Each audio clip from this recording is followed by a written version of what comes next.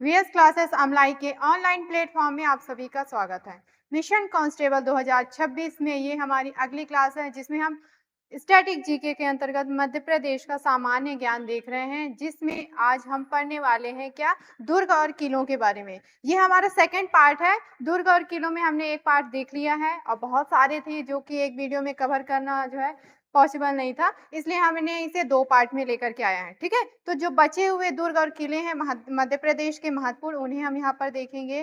साथ ही साथ आपको जल्दी से शॉर्ट में बताना चाहूंगी कि ये मिशन कांस्टेबल 2026 बच्चों, आपके आने वाले एग्जाम जो एमपी कांस्टेबल होने वाले हैं, उनकी तैयारी के लिए हम लेकर के आए हैं वीएस क्लासेस की तरफ से। ठीक है, यानी अब की बारी वर्दी हमारी, ये लक्ष्य के साथ हम ये मिशन स्टार्ट कर रहे हैं। इसमें आपको क्या मिलने वाला है, कंप्लीट सिलेबस आपको मिलने वाला है फ्री ऑफ कॉस्ट हमारे यूट्यूब चैनल पे। यानी 4 से 5 महीने तक ये कंप्लीट आपका एमपी कांस्टेबल सिलेबस इसमें पूरा कराया जाएगा। आपको डेली क्लासेस मिल रही हैं, जो पढ़ रहे हैं बच्चे उन्हें पता है कि क्लासेस डेली आ रही हैं। Weekly test, PDF notes, mock test, doubt session और रिकॉर्डेड बैकअप के साथ ये पूरा हमारा टारगेट जो है आने वाले एग्जाम को है, जो कि 2026 में होने वाले हैं, साल के अंत में लगभग। ठीक है, 11 मई से क्लासेस स्टार्ट हो चुकी हैं, जैसा कि हमारी टीम ने अनाउंसमेंट किया था उसके अकॉर्डिंग। यहाँ मैं बात कर रही हूँ कि पीडीएफ नोट्स के लिए सबसे पहले यहाँ पे आपको देखिए, पीडीएफ नोट्स के लिए क्या करना है कि अगर क्लासेस पसंद आ रही है, पीडीएफ नोट्स चाह रहे हैं, तो आप हमारे टेलीग्राम चैनल पे जाएंगे, इसको क्यूआर है उसका स्कैन करिएगा, यहाँ पर जाकर के हमसे आप कांटेक्ट करिएगा तो आपको पीडीएफ नोट्स प्रोवाइड करा दिए जाएंगे। वहीं इंस्टा वाले चैनल पर आप जाते हैं तो बहुत सारे शॉर्ट वीडियोस जीके जीएस से रिलेटेड, करंट अफेयर से रिलेटेड, मैथ, रीजनिंग, इन सभी से रिलेटेड शॉर्ट वीडियोस जो है आपको इंस्टा पे मिल जाएगा, जो आपकी तैयारी में और भी आपकी मदद करेंगे। ठीक है, तो यहाँ पर मैं एमपी जीके पढ़ा रही हूँ, इसके अलावा और भी दूसरे हमारे टीचर्स हैं जो आपके दूसरे सब्जेक्ट्स को डील कर रहे हैं, दूसरे सब्जेक्ट्स को लेकर के वीडियो बना रहे हैं। क्लासेस बहुत अच्छी चल रही हैं, हमारी तरफ से तैयारी आपकी कहीं पे नहीं रुक रही है। आपको बस अपने लिए मेहनत करनी है अगर वर्दी चाहते हैं तो। ठीक है, तो ये जो क्लासेस चल रही हैं, पर ऐसा नहीं कि केवल एमपी कांस्टेबल के लिए है, जो भी वनडे एग्जाम है जिसमें भी आपका एमपी जीके हो गया, भारत के जो है संस्थानों के बारे में है या पुरस्कारों के बारे में है, प्रमुख व्यक्तियों के बारे में है, समाधि है, ठीक है, मकबरे हैं, इन सभी से रिलेटेड वीडियोस हमारे चैनल पे अपलोड हो रही हैं। ठीक है, इन सभी को आप देखिएगा। एमपीपीएससी के लिए वहां पर आप देखिएगा, जनजातियों का एक बहुत अच्छा प्लेलिस्ट बना हुआ है, आप जाकर के जो भी एमपीपीएससी की तैयारी कर रहे हैं वो छात्र देख सकते हैं। ठीक है, ऑफलाइन कक्षाओं के लिए आप क्या करेंगे, इस कॉन्टेक्ट नंबर के माध्यम से आप हमसे जुड़ेंगे। ये हमारी संस्था का, इंस्टीट्यूट का कॉन्टेक्ट नंबर है। ऑफलाइन क्लासेस भी यहाँ पर संचालित हो रही हैं, चाहे आपका बैंकिंग हो, चाहे एसएससी हो, चाहे एमपी कांस्टेबल हो, चाहे एमपीपीएससी हो, सभी तरह के प्रतियोगी परीक्षाओं की तैयारी यहाँ पे हो रही है, क्लासेस चल रही हैं, बच्चे पढ़ रहे हैं। तो जो बच्चे आ सकते हैं तो वो कोशिश करिएगा कि क्लासेस ऑफलाइन भी ज्वाइन कर सके। ठीक है, तो 2 वे टीचिंग हो जाता है, जिसमें आसानी हो जाती है सारी चीजों को पढ़ाने में। हम क्या देखने वाले हैं, मध्य प्रदेश के प्रमुख दुर्ग और किले के बारे में देखेंगे। एक पार्ट में हम यहाँ पे देख चुके हैं, जिसमें हम प्रमुख दुर्ग और किलों के बारे में देख चुके हैं। ठीक है, और आगे चल करके हम प्रमुख जो दुर्ग और किले जो रह जाते हैं उन्हें हम देखेंगे। तो हमने यहाँ पे सारा देख लिया, सिरगढ़ का, ओरछा का किला देख लिया, हमने चंदेरी का किला देखा है, उसके दुर्ग देख लिए, रायसेन का किला, धार का किला, ये हमने देख लिया है कल की क्लास में।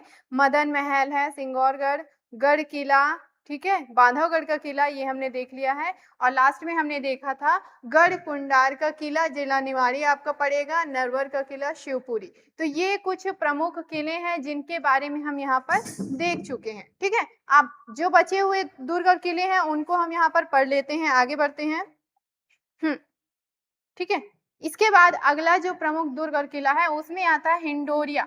हिंडोरिया का किला, ये आपको कहाँ मिलेगा, जिला दमोह में। तो जो भी दुर्ग और किले प्रमुख देख रहे हैं उससे संबंधित हम कुछ फैक्ट आता है, उसे भी हम कवर करेंगे। देखिए, इनका महत्व कहाँ देखने को मिला है, तो 1857 की क्रांति के प्रमुख केंद्र, मतलब उस समय इन किलों का प्रयोग जो है क्रांति को बनाए रखने के लिए, सुरक्षा व्यवस्था के लिए या आंदोलन के लिए प्रयोग किया जाता था। ठीक है ना। हिंडोरिया का किला दमोह, आपको पता है ये क्षेत्र बहुत ज्यादा कैसा था, आपका क्रांतिकारी वाला क्षेत्र रहा है। ठीक है, उनकी कर्मस्थली रही है, इसलिए उसका बहुत ज्यादा महत्व हो जाता है। तो 1857 के प्रथम स्वतंत्रता संग्राम में इस किले का अत्यंत महत्वपूर्ण भूमिका रही है। ठीक है, इसलिए ये इंपॉर्टेंट हो जाता है। प्रमुख व्यक्तित्व किशोर सिंह लोधी ने यहीं से ब्रिटिश साम्राज्य के विरुद्ध कड़ा और साहसिक संघर्ष किया था। ये नाम भी इंपॉर्टेंट है, इसे भी आप ध्यान रखेंगे। किससे संबंधित है ये? हिंडोरिया के किले से संबंधित है, दमोह में स्थित है। 1857 की क्रांति में इस किले का प्रयोग किया गया था, किसके द्वारा?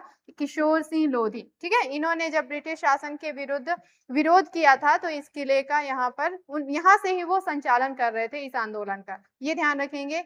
फिर राहतगढ़ का किला, जिला सागर लगता है। ठीक है, यह भी 1857 के विद्रोह के दौरान एक महत्वपूर्ण या प्रमुख सामरिक केंद्र बना रहा। मतलब यहाँ से भी 1857 की क्रांति का जो है नेतृत्व किया गया है। ठीक है, विशेष बात क्या है यहाँ की? तो इस किले के ठीक पास प्राकृतिक सुंदरता से परिपूर्ण राहतगढ़ का जलप्रपात, राहतगढ़ का किला, राहतगढ़ का जलप्रपात वहां पे स्थित है। क्लियर है? आगे बढ़े। ठीक है। अजयगढ़ का किला, ये कहाँ पे आपको जितने ये देखने को मिल रहे हैं, अजयगढ़ है, बिजावर है, धमोनी है, ये आपको किधर? बुंदेलखंड क्षेत्र में कुछ मिल जाएंगे, कुछ आपको पश्चिमी में भी मिल जाएगा। ठीक, देखते हैं। अजयगढ़ का किला स्थान पन्ना में है। शासक चंदेल राजवंश, मतलब चंदेल राजवंशों के माध्यम से इसे बनाया गया था अजयगढ़ का पन्ना। खास बात क्या है यहाँ की? तो यहाँ एक अवैध पहाड़ी की किला, मतलब ये जो है कहाँ पर है? एक अवैध पहाड़ी की किले पर स्थित है। अजयगढ़ का किला, जैसे मैंने असीरगढ़ के किले के बारे में बताया था, ठीक है, उसे दक्षिण का जो है प्रवेश द्वार भी कहा जाता है, दक्षिण भारत का प्रवेश द्वार कहा जाता है। क्यों? क्योंकि जब भी उत्तर भारत के व्यक्तियों को या राजा महाराजाओं को दक्षिण में जाना होता था या वहां पर आक्रमण करना होता था, तो वो मुख्य रूप से असीरगढ़ के किले का ही प्रयोग करते थे। वैसे ही आपका अजयगढ़ का किला भी बहुत महत्व रखता है ये अपने इतिहास में, और अवैध पहाड़ी के कारण जो है बहुत ज्यादा प्रसिद्ध है। मतलब बहुत ऊंचाई पर है, बहुत कठिन पहाड़ी पर ये किला स्थित है। ठीक है, अपनी प्राकृतिक सुरक्षा व्यवस्था के लिए ये जाना जाता है। इसके बाद आते हैं बीजावर। बीजावर का किला, जिला छतरपुर, छतरपुर, ये सारे बुंदेलखंड क्षेत्र में स्थित हैं, किले हैं, ध्यान रखिएगा। बुंदेला राजवंशों के माध्यम से बनाया गया था बीजावर का किला। प्रमुख खास बात क्या है यहाँ की? तो यह अपने सुंदर महलों के लिए प्रसिद्ध है और राजपूत एवं मुगल स्थापत्य कला का बेहतरीन मिश्रण आपको यहाँ पर देखने को मिलेगा। ठीक है, बुंदेला शासकों, राजवंशों के द्वारा इसका निर्माण करवाया गया था। राजपूत हो या मुगल शासक हो, उनके समय की जो भी स्थापत्य कला है उसकी छवि वहां पर देखने को मिलेगा, वह बनावट आपको बीजावर के किले में देखने को मिल जाएगा। ठीक है, वहीं हम धमोनी किले की बात करते हैं, बुंदेलखंड का बहुत ही प्रसिद्ध किला है यह भी। ठीक, यह बुंदेला और मुगल साम्राज्य के बीच भीषण संघर्षों का मूक साक्षी रहा है। ठीक है, यानी बुंदेल शासकों और मुगलों के बीच में जो युद्ध वगैरह हुए हैं उसका इतिहास रहा है, उसका गवाह रहा है यह किला। ठीक है, यहाँ से भी बुंदेल शासक जो है शासन किए हैं, मुगलों के खिलाफ युद्ध किए हैं। कोई खास बात और है तो जान लीजिए यहाँ पे, यह क्षेत्र के सबसे महत्वपूर्ण, बुंदेलखंड क्षेत्र के सबसे महत्वपूर्ण किलों में से गिना जाता है। तो ये जो भी हमने देखा, अजयगढ़ का किला, बीजावर का किला, धमोनी का किला, ये मध्य प्रदेश के बुंदेलखंड में स्थित प्रमुख दुर्ग और किले हैं। ठीक है, और इनका महत्व हम देख पा रहे हैं कि जितने भी, चाहे चंदेल वंश के शासक हो, चाहे बुंदेल वंश के शासक हो, इन सभी का मुगलों के साथ आमना सामना हुआ है और उस दौरान इन जो किले हैं उनका बहुत महत्वपूर्ण योगदान रहा है। ठीक है, आगे बढ़े। हाँ, इसके बाद है अटेर का किला। अटेर का किला जिला भिंड लगेगा, जिला भिंड। ठीक है, चंबल नदी के निकट ये स्थित किला है। ठीक है, प्रमुख शासक भदौरिया राजपूतों का ये समय रहा है, या भदौरिया राजपूतों का ही यहाँ पर शासन रहा है। इस किले के निर्माण करवाया गया है। खास बात क्या है? तो लाल बलुआ पत्थर से निर्मित कराया गया है यह किला। ठीक है, किससे बना है? लाल बलुआ पत्थर से बना हुआ है। और यह किला जो है चंबल क्षेत्र की सुरक्षा, नियंत्रण और प्रभुत्व के लिए सबसे ज्यादा महत्वपूर्ण रहा है उस समय में, अपने समय में। ठीक, वहीं उसके बाद हम गिन्नौरगढ़ के किले की बात करते हैं। तो गिन्नौरगढ़ का किला जिला रायसेन, रायसेन। कहाँ पर है, कौन सा किला, ये इंपॉर्टेंट है, इसे ध्यान रखिएगा। और कोई ऐतिहासिक घटना हुई है, कोई महत्वपूर्ण बात है वहां से संबंधित, तो उसे भी हमें जानना जरूरी है। ठीक है, इसका संबंध प्रसिद्ध रानी कमलापति से जुड़ा हुआ है। ठीक है, जिला रायसेन में स्थित है, कमलापति रानी से ये जुड़ा हुआ है, प्रमुख है, इसको ध्यान रखिएगा।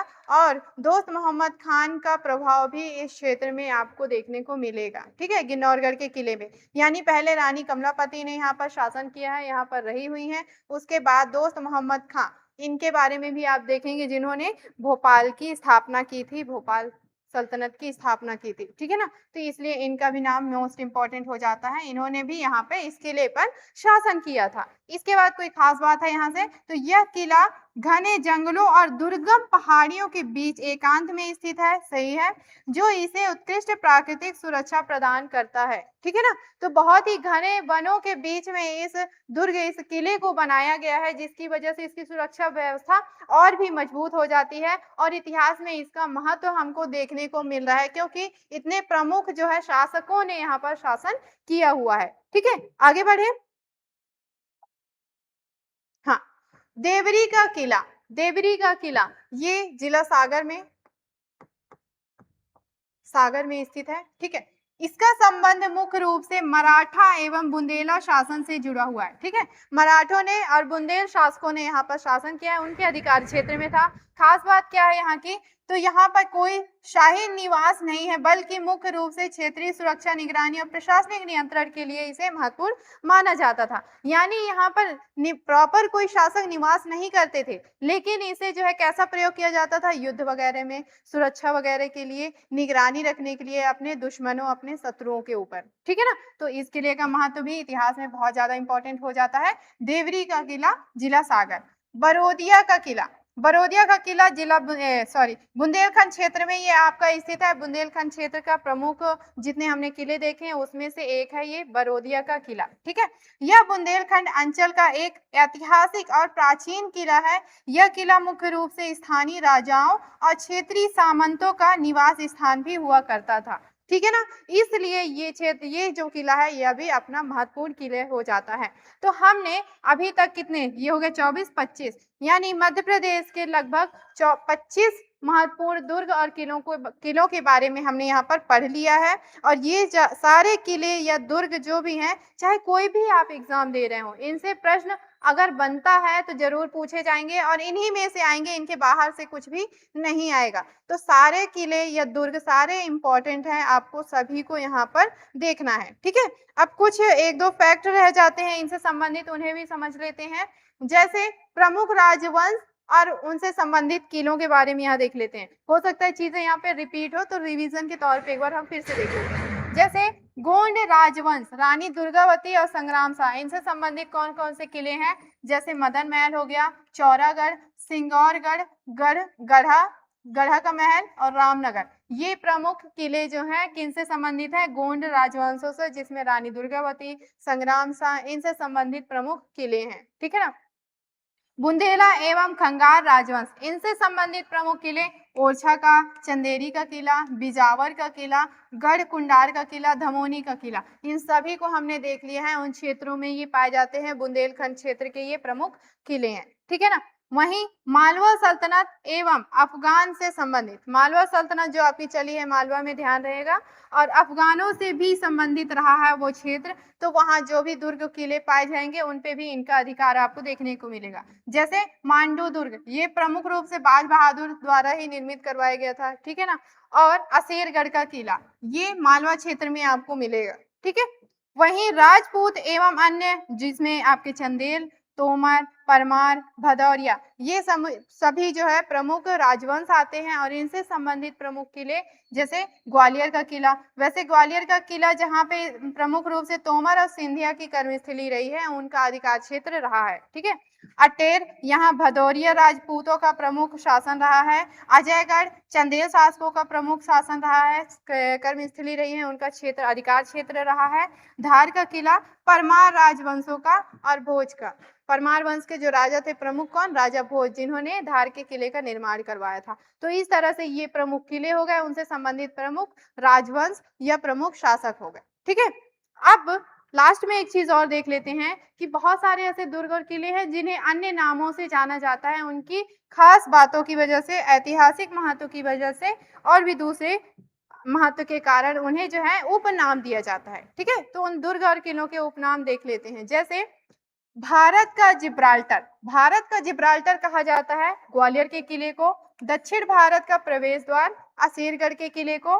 भूल भुलैया और रहस्यमयी संरचना, ठीक है, भूल भुलैया और रहस्यमयी संरचना के लिए जाना जाता है गढ़ कुंडार के किले को। ठीक है, बाज बहादुर और रानी रूपमती का मांडू दुर्ग हमने पहले ही देख लिया है।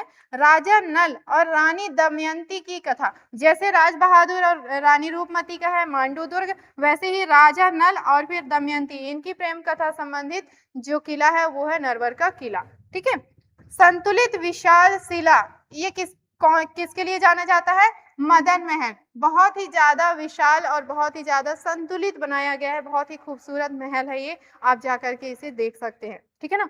1300 सीढ़ियां और त्रिशूल चढ़ाने की परंपरा कहाँ पे पाया जाता है? तो चौरागढ़ में।